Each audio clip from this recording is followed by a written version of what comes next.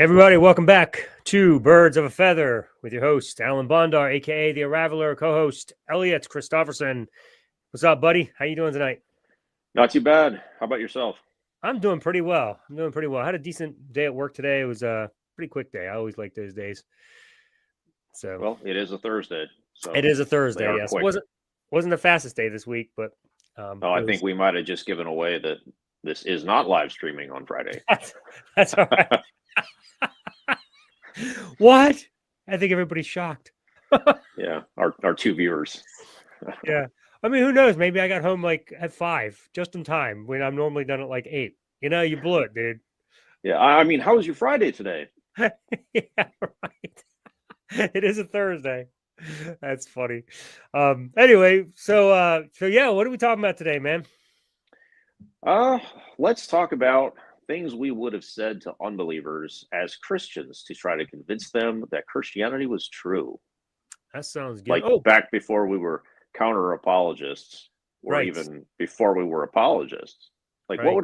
what would an average Christian say to somebody Yes, well, the if first they thing they wanted might to? first thing they might say is, "I have a new studio." I forgot to mention that in case it That's wasn't obvious, convincing. but I'm pretty excited. But yes, but that would be convincing. I think that would have convinced me. Um, but I am but more anyway, convinced that you have a new studio than I am that Jesus existed well, that's good. That is good. because I can see it. Yes, I felt like I have a very compelling argument on this end. um, but things we would have said to Christians to convince them. Now, you as a former pastor would probably have had more advanced responses to an unbeliever. You probably had a lot more practice than I did. I mean, I guess, I probably spent time talking to more like I don't know about more, but a lot of intellectuals at colleges and stuff like that, teachers, professors. So I suppose, but I'm not sure they were any better than yours. Well, I'm sure they are. Yeah, Oh, mine were maybe. pretty bad. Maybe we'll see. I mean, right out the gate, presuppositionalism was my chief argument, and I would have used that. I wouldn't come out and say presuppositionalism. It wasn't like that, but I would use the arguments, impossibility of the contrary. That's the biggie right there. That there's no other answer to any of these issues in the world. God is the only possible answer with His Son Jesus Christ. When I was a Christian, of course, as we've talked about many times, I never considered sin not being an issue. And I think personally, from my personal experience in presuppositionalism and from dialoguing with presups, is that sin is at the root of presuppositionalism. It's the reason that argument works. Because if you take sin out of the equation, then you really don't have a need for an impossibility of the contrary. That is the root reason why you have to have a savior named Jesus who dies on the cross and rises for your sins and pays the whole debt entirely. So, and then that demands Yahweh, the God of the Bible. And so Christianity was the only possible religion because it eliminates every other possibility because it's the only one that takes care of sin. So you begin there, and then of course you work backwards, showing that Yahweh must exist and all this. Now, of course, the argument would sometimes be, well, look, there's no way this world could exist without a creator, and blah blah blah. But that in itself isn't sufficient to prove Yahweh. It just proves some creator, even if you were to grant that argument. Right.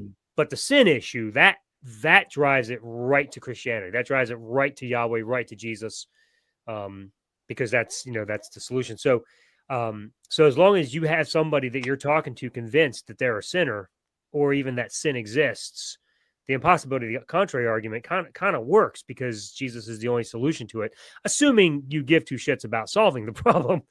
Right. Because I mean, I guess some people would be like, "What does it matter? What does it matter what sin is?" But then you have sin, the consequences of sin, which is death, and you go down the whole trail. But that system of sin causing death is an essential element, and it is the foundational elements to presuppositionalism even working. But I've rarely heard a presuppositionalist get past the grounding part of the presuppositionalist argument. Like they say, well, you can't ground logic and you can't ground anything, or including morality, without a God. without a lawgiver or the creator of logic. But and they'll argue around and around and around on that. But I never usually hear them get past that even to get to the sin. They seem to get bogged down on the precept argument. You'd get all the way there. Well, the thing is that when you're dialoguing with people as a precept, you don't really need to deal with the foundational elements of sin and death and the need for a solution to that, because typically that's almost assumed by everybody. There's a reason why it's not hard, why typically evangelism is taught, a lot of times. Just ask somebody, if you die today, are you going to go to heaven or hell? And, most people are already answering that question. They just have a lot of presuppositional understanding of sin, death, and the call, all this. So people already assume there's a heaven and a hell. And so you just ask that question and then you got a conversation going. It's not frequent that you find somebody that doesn't at least have an agreement that sin is an issue. Okay. Now, and so unless you are talking to somebody like us that no longer believes sin is an issue, then once you have that foundation that you're working from, then yes, all the other things with logic and reason and it being impossible without God and morality being impossible without God, that's why they can build their case, because the other stuff's already assumed. Because morality is rooted in sin in their or the fix for sin is morality. It's all rooted in that problem. And so their argument basically is, without God, you can't have morality because you have to have a standard, because we've all failed. And how do you know you failed? Well, because you failed to meet this standard, and you all have fallen short of the glory of God, right? That's what sin is, to miss the mark. And so now we have a standard by which we can define morality, and that's why you're a sinner, because you've missed this mark, this standard of morality. So it's impossible to even have morality. It's impossible for you to even to dictate that you're a moral person unless you're rooting it in my God, because my God alone is the reason you even have an issue with morality to begin with. Okay. So there is a whole train there, but you're right. Typically, you don't ever go there, because most of the time you don't hear the response. Wait a second. Let's go back and talk about why you think morality is an issue. Let me ask you, do you really think I'm a sinner? Because I don't think I'm a sinner. I don't even think it's an issue. And now you've just deflated the morality argument, because if I'm not a sinner against their standard, then I can determine morality without their standards. But that, of course. Yeah. Usually when I hear somebody make the presuppositional argument, it's against an atheist. So they are putting the burden of proof back on the atheist of, where do you get your worldview? Where do you get your grounding? How can you, what do you call it? There's a word they use. How do you get logic without a logic giver? It's all grounded in this all powerful being. I usually don't hear the other half of it. If they're using the sin argument, it seems to be more of a Ray Comfort style. Have you ever sinned? Have you ever done this? Ever done that? Well, then you have to pay the price. And I very rarely have I seen like those two married together. But hey, it's probably just who I'm listening to. Well, like I said, it typically doesn't go that far, because I don't know how many people have considered sin as a part of the argument. I think you just have this assumption that there is evil or sin in the world, and everybody has to determine why it's sin and why it's evil, and so there has to be some standard according to the precept that dictates why that's an issue for you. And the problem is, for the atheist, there's no standard that says this is sin. There's no transcendent standard that dictates this is sin. It's just we don't even believe in sin, but evil, or as you may be, or immoral or harmful to others, however you define morality. But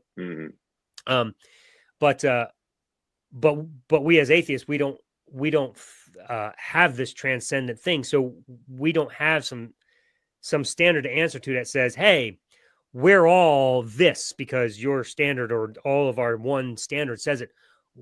in our particular society, we might dictate that certain things are evil, whereas another one may not. They may not agree that our standard is evil or good or whatever. So, um, so that of course is the root issue. Is the theist is coming at it, the precept is coming at it, assuming right out the gates that there's only one standard, and that standard dictates what's evil. Whereas the atheist is saying, well, that's not true. There are many standards. In fact, Christianity doesn't even have their own standard that they hold to. You go from church to church, they're all going to say to you that their God's is their standard, and yet they're all going to disagree on what the rules are. So the issue of morality is a central tenet, but it's all rooted in a precept that there must be a standard to determine what's immoral.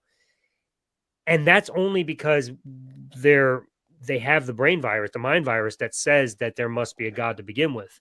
Or even that there's evil, a standard of evil to begin with. So yeah, I mean, there's so much that plays into it though, like even meaning and purpose in life. Like there has to be some reason for suffering.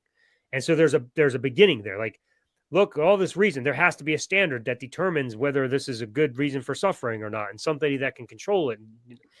Why does there have to be a reason? These are the questions that atheists now ask. We're like, why? Who's saying that? But the precept begins there. And so they have their standard based on all of there's a whole bunch of presuppositions in presuppositionalism. It's not just the one, but they all work together to get to that one standard. Right. And that's really the problem. But talked about your understanding of precept a little bit more, and let's see if we can unravel that. Yeah, so my understanding of the presuppositional argument or the transcendental argument, commonly known as TAG, the acronym, is that it's usually used for someone who doesn't believe in God, and they haven't gotten to Christianity yet at all. So it's like a more zoomed out argument. Well, like, how do we get the atheists to believe that there's a God? How do we present an argument for the existence of God that cannot be countered? And so this idea that, well, you have to ground logic, because an atheist will say, well, my presuppositions are the three laws of logic, and then I just base everything on that and then go forward with any kind of argument or assumptions about the world. And the presuppositionalist says, yes, but you have to ground those three laws of logic in something that is the ultimate standard, or it's like a backstop. And so they go back one level past the laws of logic to a logic giver. And if you can't say where you get your knowledge from, or your morality from, or your logic from, you're just assuming it to be real or true, then you have a flawed worldview. But the presuppositionalist has God. And so anytime you make a statement of any kind, whether it's a moral statement, a logical statement, an argument of any kind, they'll say, well, how do you know that? What are you using as your foundation? And so they're essentially assuming that a God exists, and because you don't have a grounding, and so you can't know anything for sure. But they can, because they have God, and everything comes from God. So it's essentially a circular argument on their part, and you can't argue with it, because even if you use logic to try to prove God doesn't exist, you're borrowing from God, you're borrowing from their worldview, and you don't have a grounding for your logical argument against God. So therefore, it's invalid, and you can't know anything. It's extremely frustrating, because it's like just flipping the board over and saying, well, I win because I am the winner. Right. So they never have to prove God. They just have to say, well, logic assumes, or morality assumes, God exists, and I don't have to prove that. Right. So one of the passages of the Bible that they will use, because of course they presuppose the Bible is true too, because God said it. It was in His Word, and His Word says it's God, and so that there's the circular. But that's the precept. It proves itself. One of the passages they use in the Bible is Romans 1, that the creation is aware of God, right? Right. because it declares God automatically, and so you have to presuppose God exists because the creation itself points to it. Yeah, and it's your fault because you're suppressing the truth. Right, you're suppressing the truth and unrighteousness. So that's a big precept argument that you're percepting, and I would have used that too. You're just you're suppressing the truth and unrighteousness. You know what the truth is. The problem is not with your head; it's with your heart. That's a big precept statement too. Your real issue is that. Sorry, some new noises going on in my studio here. Interesting.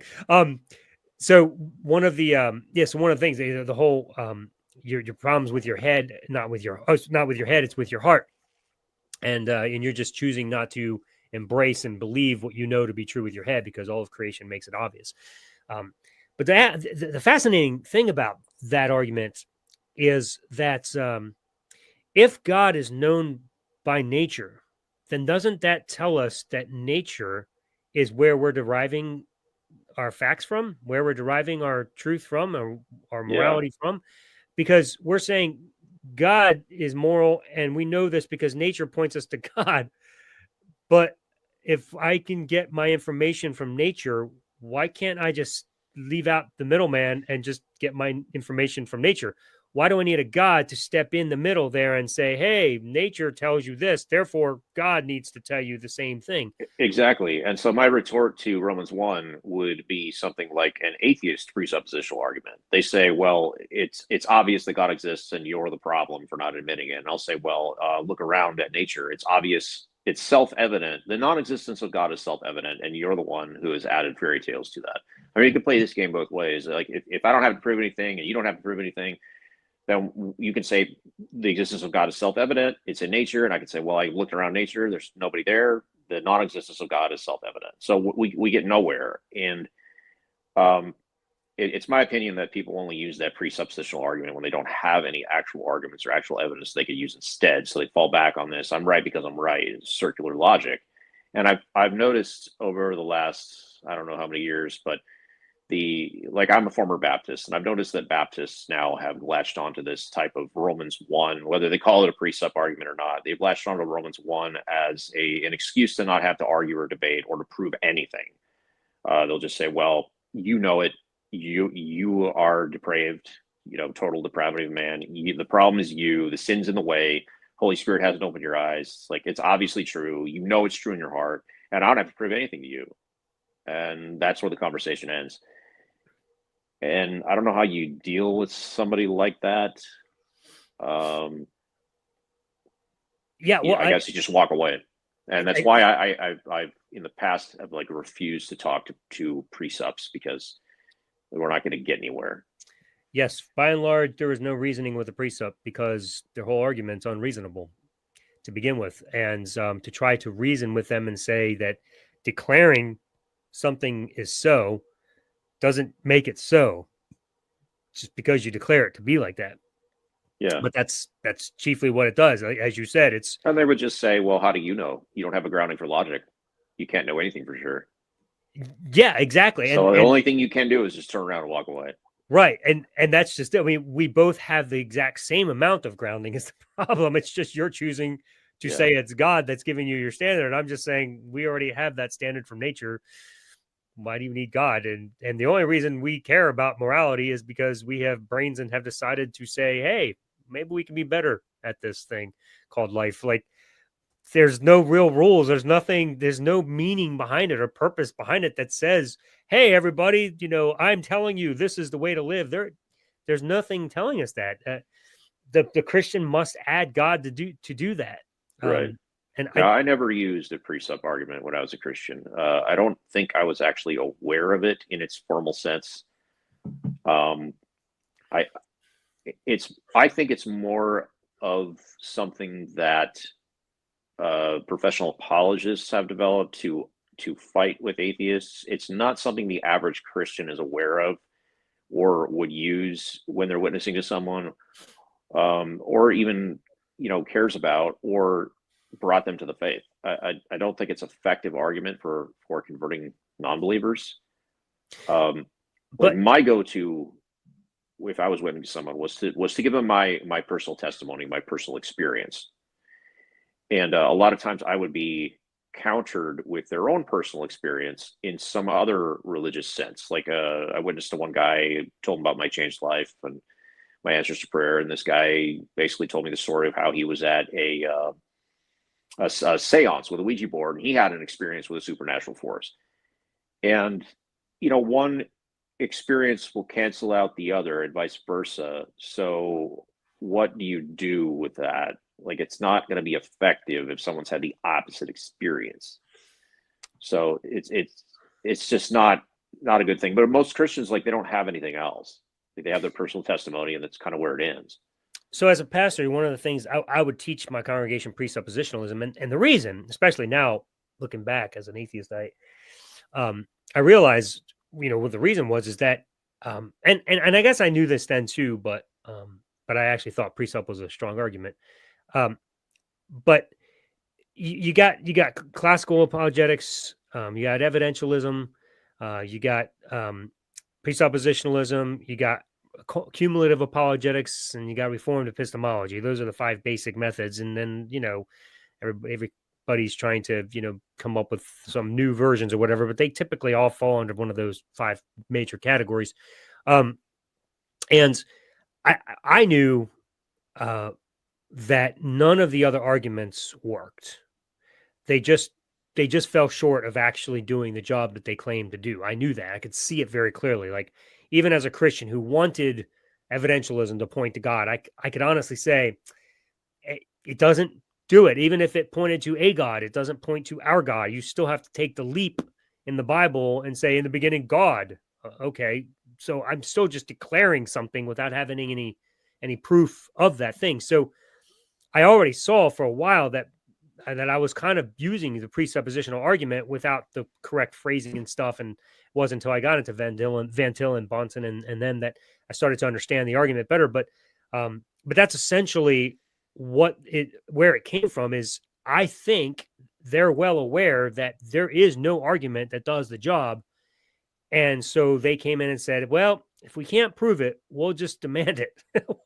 We'll just say it is, and that's it. And everybody else, and we'll just say it's the impossibility of the contrary. And we'll say there's no other possibility out there, therefore Yahweh. And Doug Wilson, he wrote a book called Persuasions. It's a little book, kind of like a booklet, actually. But there's this guy, I think his name's Christian, if I remember correctly in the book. I think so. And he's journeying down this path and whatever, all these other people are passing him, and he stops and he has conversations. And it's a really, really well-written book. Doug Wilson's a great writer and a great mind too, actually. And in every interaction he has with all different religious backgrounds and non-religious backgrounds and atheists and agnostics and you name it, the whole 9 yards.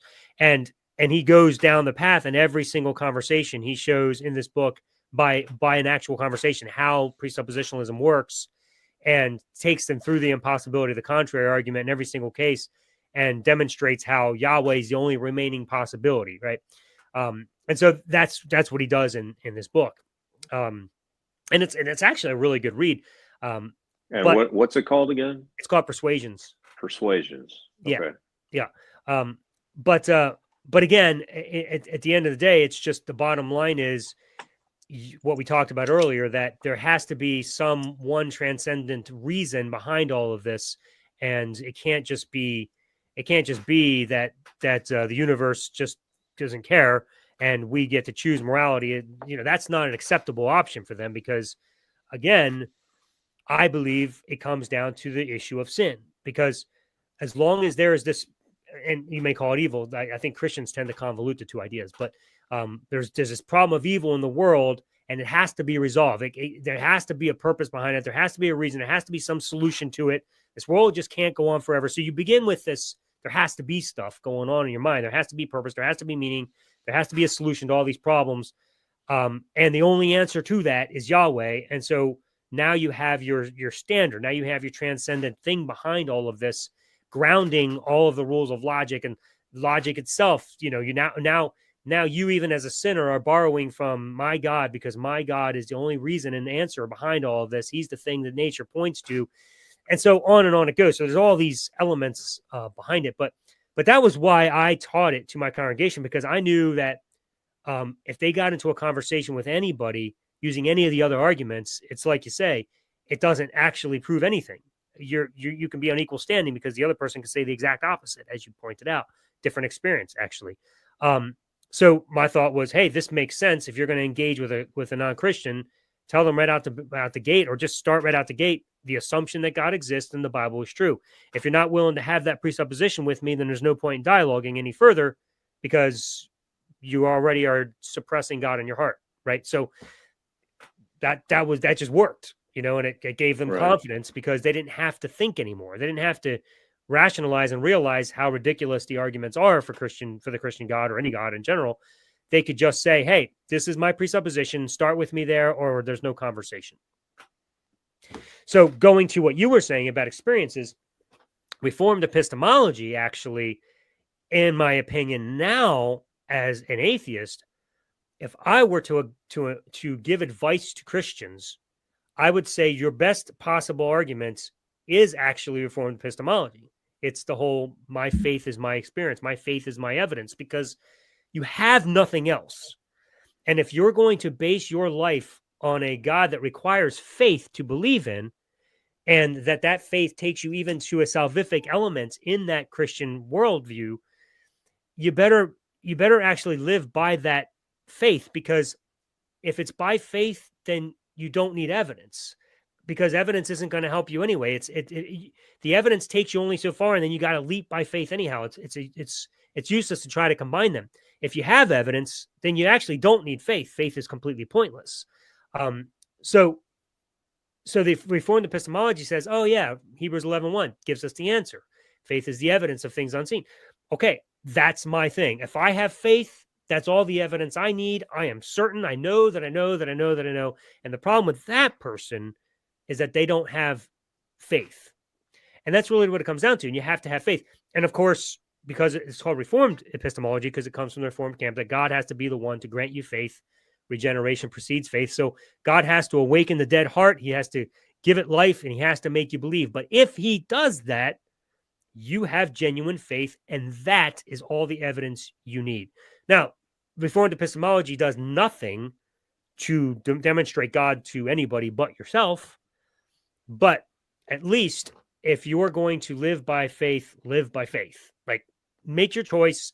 Either choose evidence or choose faith. But mixing them is like oil and water. They just don't work together. Sometime we'll have to have a conversation about what we both think are the strongest, or is the strongest argument for Christianity. I'm guessing that clearly you think it's the presuppositional argument. Well, I did, but again, now that I see as an atheist that it doesn't work, and none of them work, I would say Reformed epistemology is probably the strongest one. Not that it actually demonstrates it to anybody else, like I said, but what argument does, right? There is no argument that does. So trying to be a Christian, proving the existence of God, is a futile effort. Are you differentiating between Reformed epistemology and precept? Are those two different things? They are different things. Okay. Yes. I misunderstood. I thought Reformed was a Romans 1 argument. No. That's presuppositional.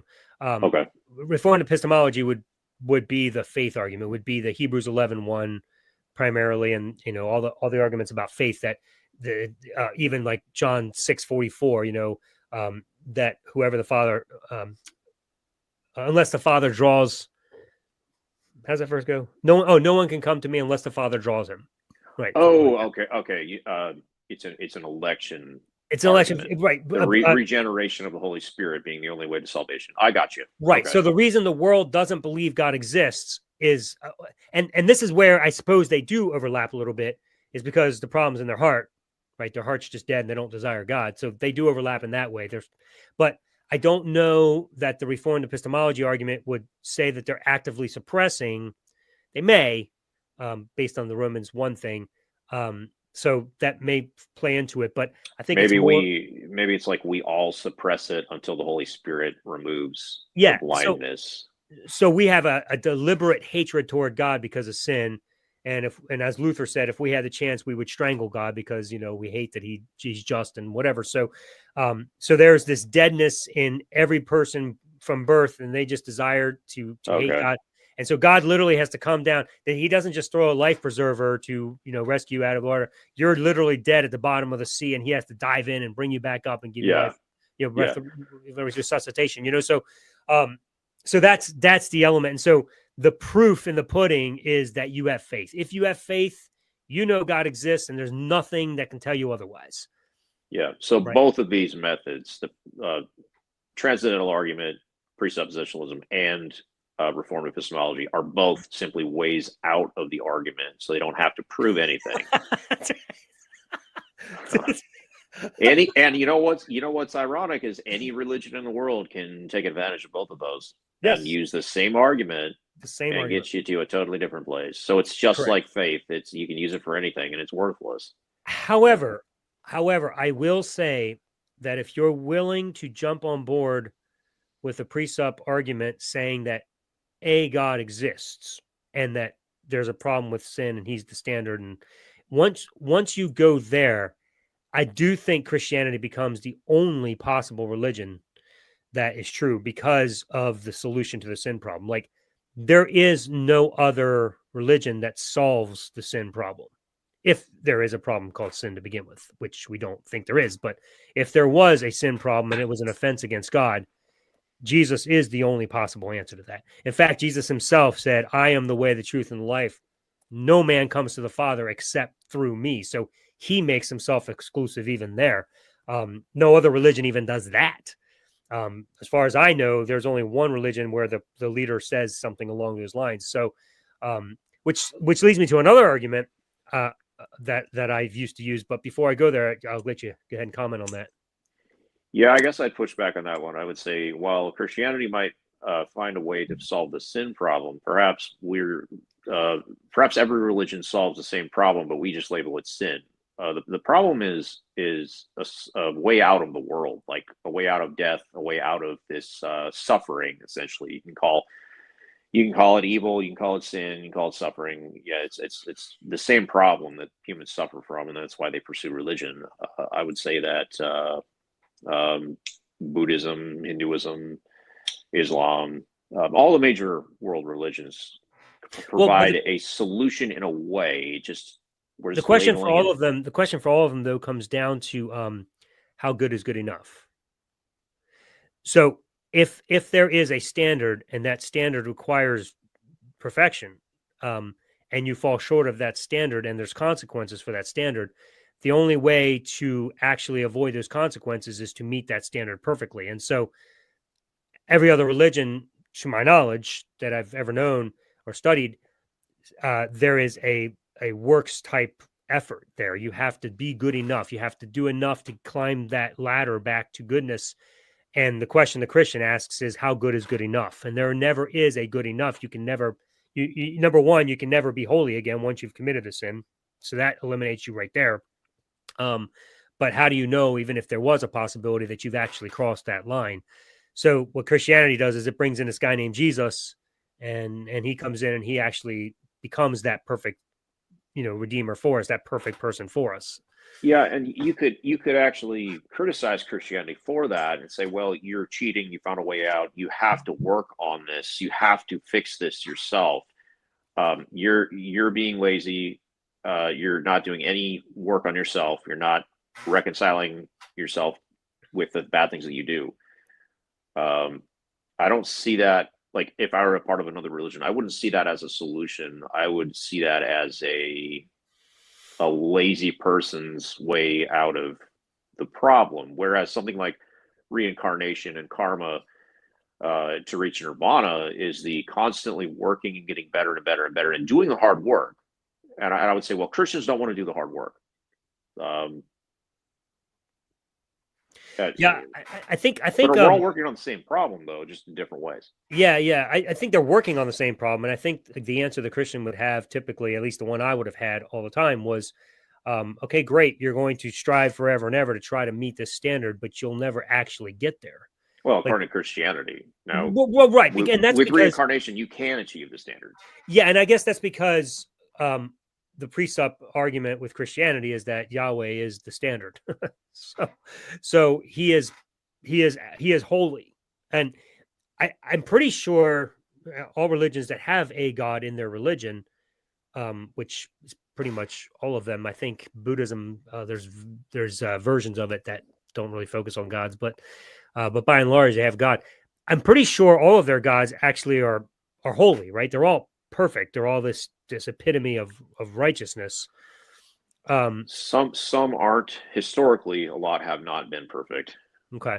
But I'd also add that if God is the standard and you can't reach that perfect standard, well, Mormonism actually teaches that you can become God eventually.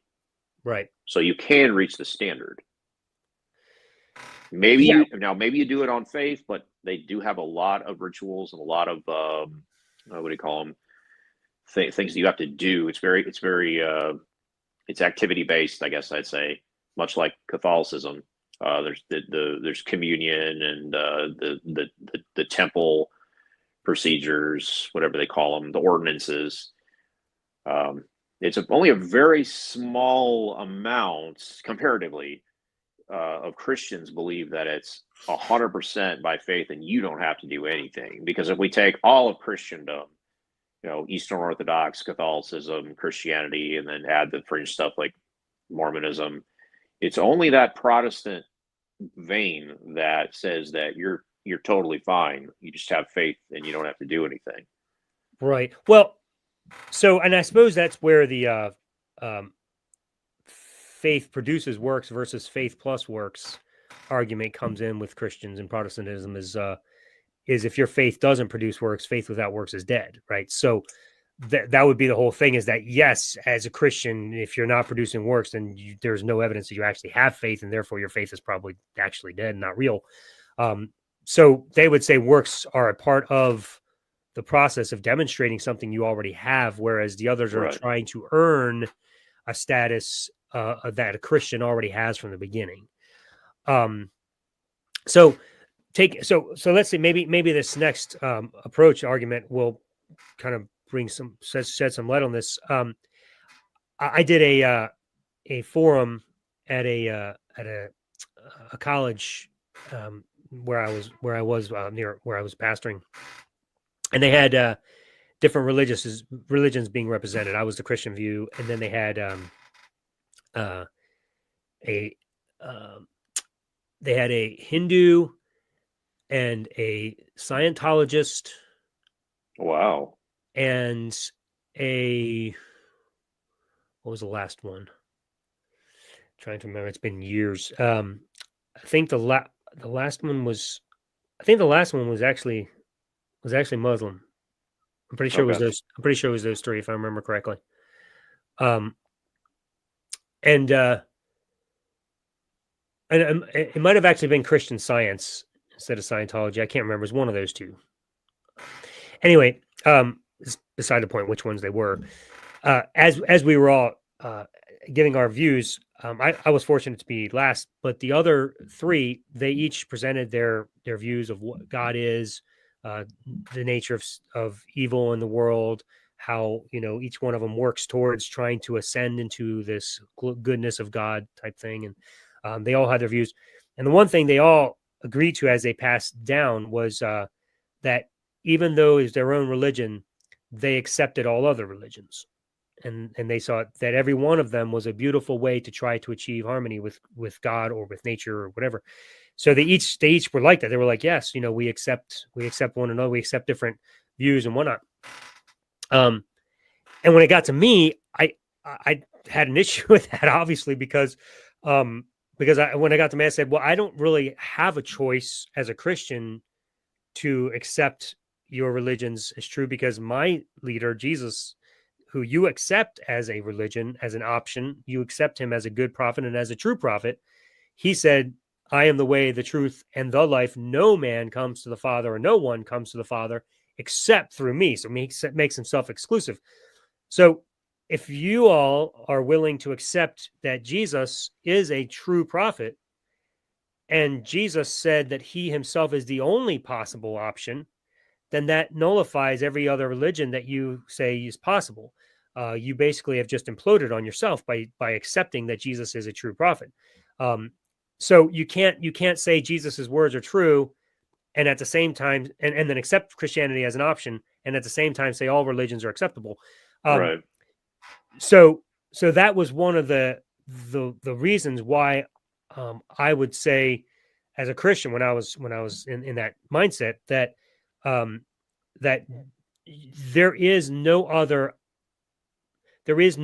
way to get to this God except through Jesus as your perfect standard. Like you have to have faith in him because Jesus himself said so.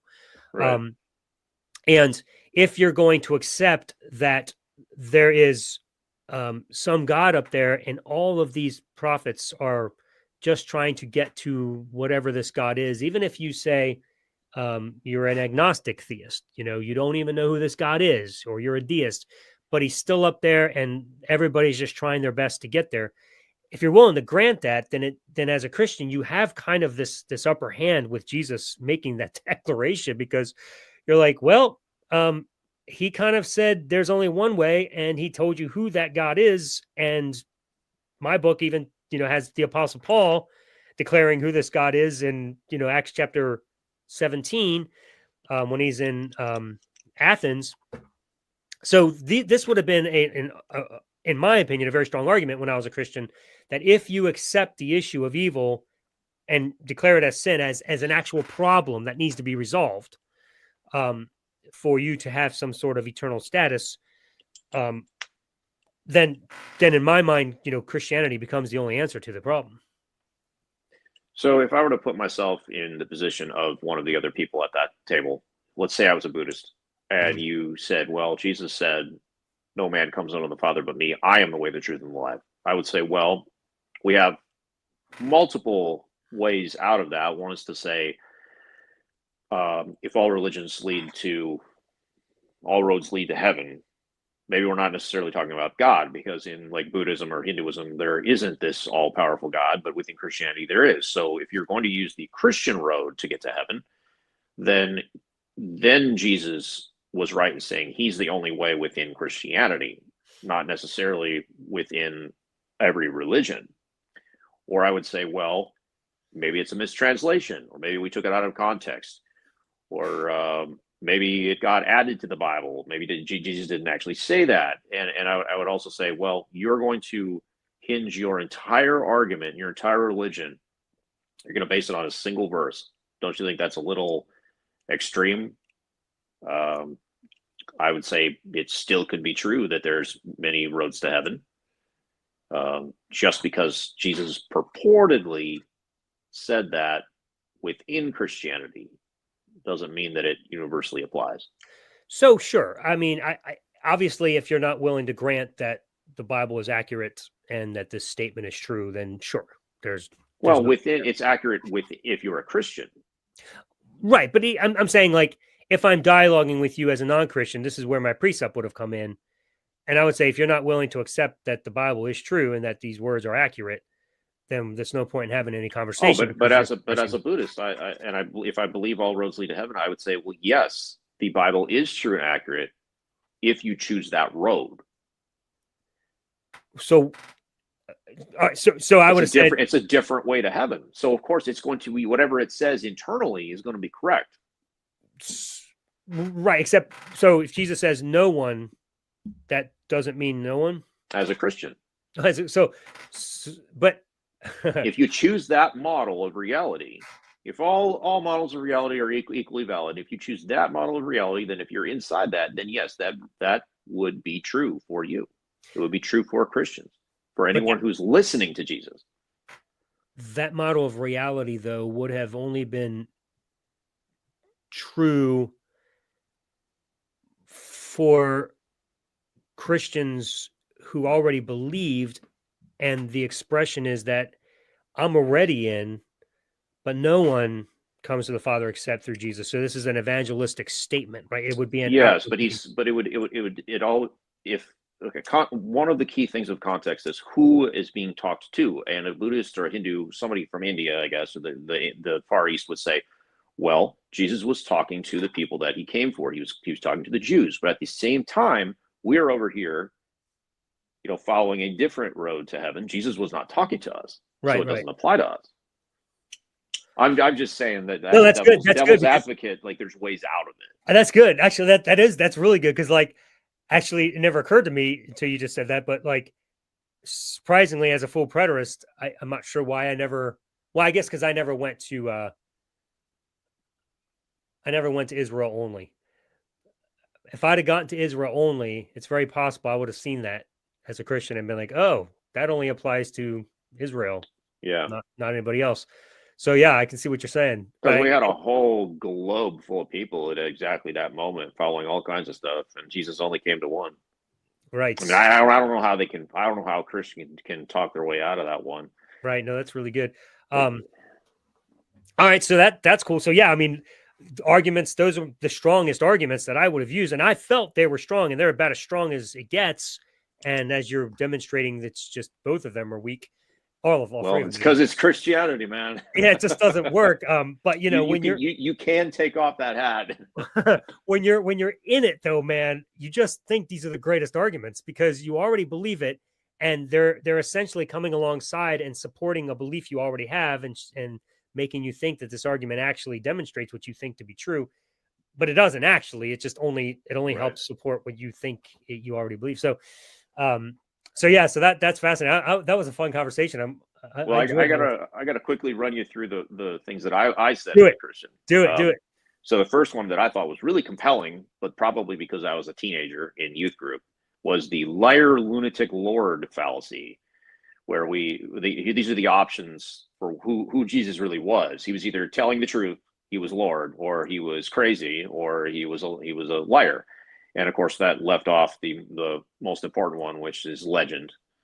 But as a Christian, you don't even think about there's a fourth option. You just, oh wow, yeah, it's very seducing. So I used that one whenever I had to. Another one I used was if I were talking to someone who didn't believe in God in general, I'd say, well, almost every single person on the entire face of the earth believes in a God. How can they all be wrong? That's crazy. We can't all be wrong. There's got to be something here. Obviously, that's a fallacy because popularity doesn't make truth. And lots of people are tricked for all kinds of stuff because, what about all the Hindus? As a Christian, could they all be wrong? There's like 1 billion of them in India. Well, obviously they can all be wrong. So why can't everyone be wrong?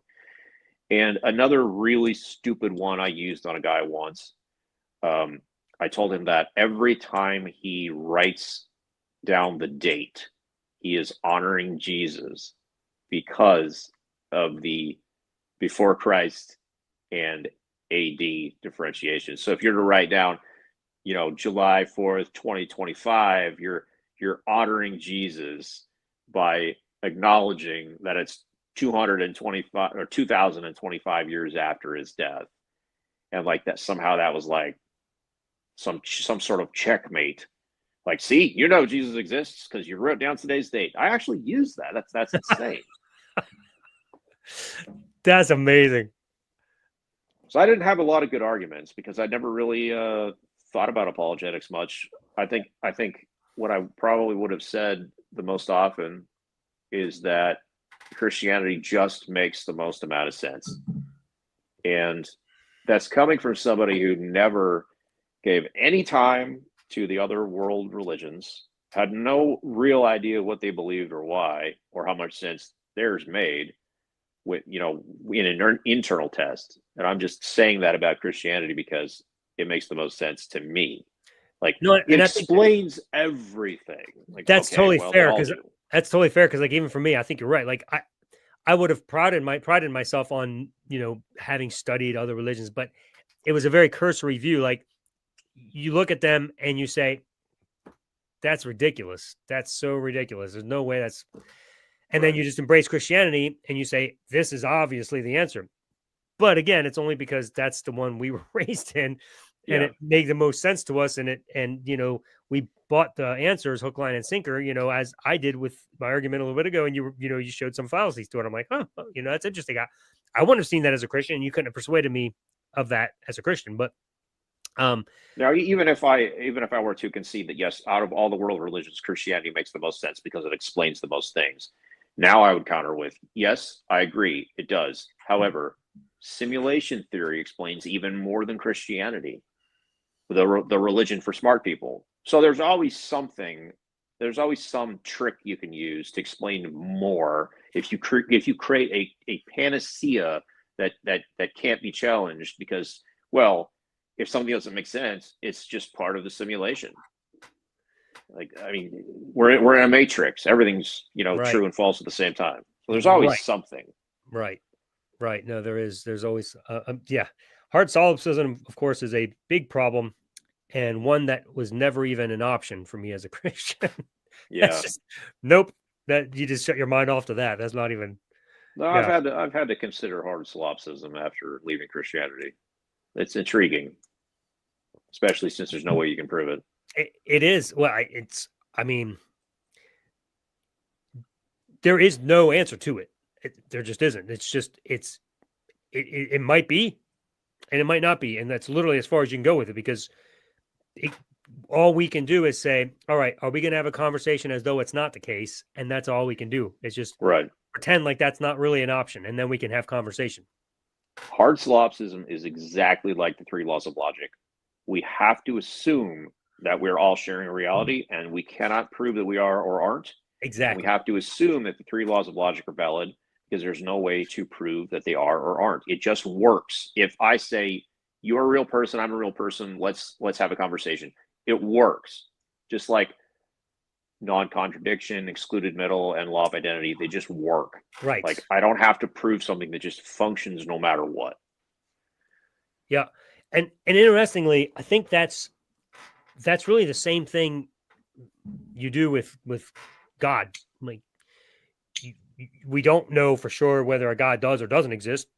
The problem is we have no way of knowing if anything supernatural exists. I don't care how many people are out there. Oh, I know because I had experiences or whatever. I'm like, okay, fine and good.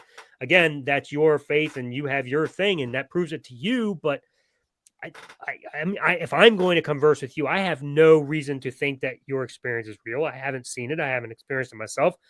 So I can't assume that it's true.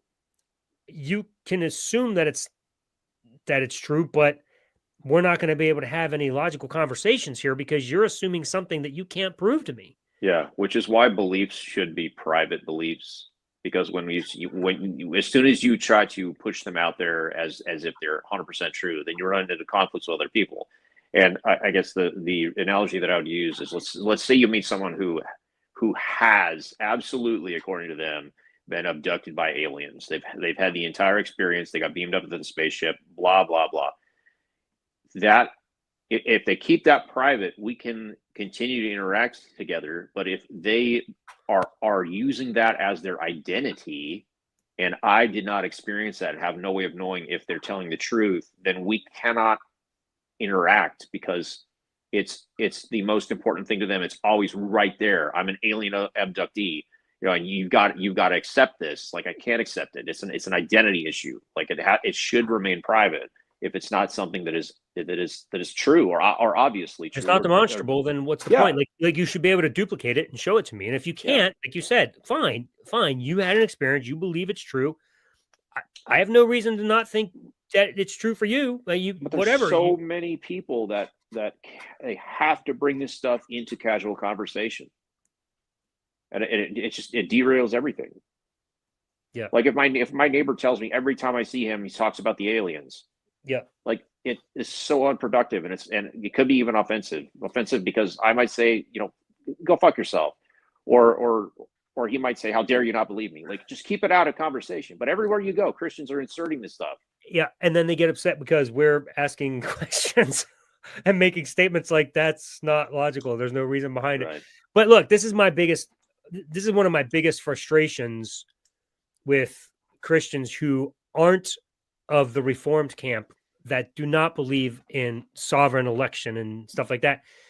It's this, oh no, it's free will and it's your choice. And I'm like, I thought this all as a Christian, and even now I think this. And I'm like, do you not realize that you can't just muster up this thing called faith?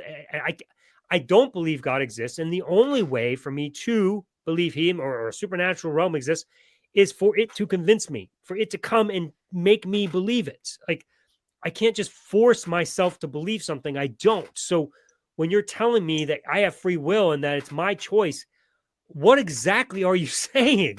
Like, you're telling me to pretend to believe something that's not possible. So that's why I think the Reformed epistemology is the best argument. And I think all Christians should come to grips with this and be like, okay, yeah, if we're going to be Christians, we should start accepting the fact that the only reason I believe is because God made me believe, period.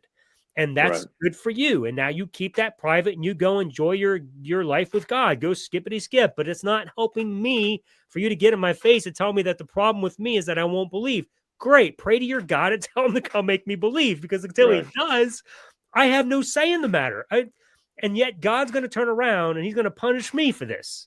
I'm going to be sent to hell or whatever you think is the eternal punishment that's going to be the consequence of me not believing. And yet it is impossible for me to do so without God convincing me. Mm. Aliens, same issue. Until an alien comes and abducts me and gives me that experience, I have no reason to believe that it's true. At least not for me. You think it's true for you? Great. Maybe you did have an experience. But I can't pretend to believe it. So I get so frustrated when people who had these experiences, whether it be with God or with aliens or what have you, that's somehow supernatural or extraterrestrial or whatever, and they just want us to believe whatever that means. Just believe it. How do you just believe? If I came to you and I said I have a heart quart in my pocket right now, you'd be like, what's a heart quart? I'd be like, well, you just have to believe I have one. Why would you believe that? And that has far less consequences than believing in God. So, like, seriously?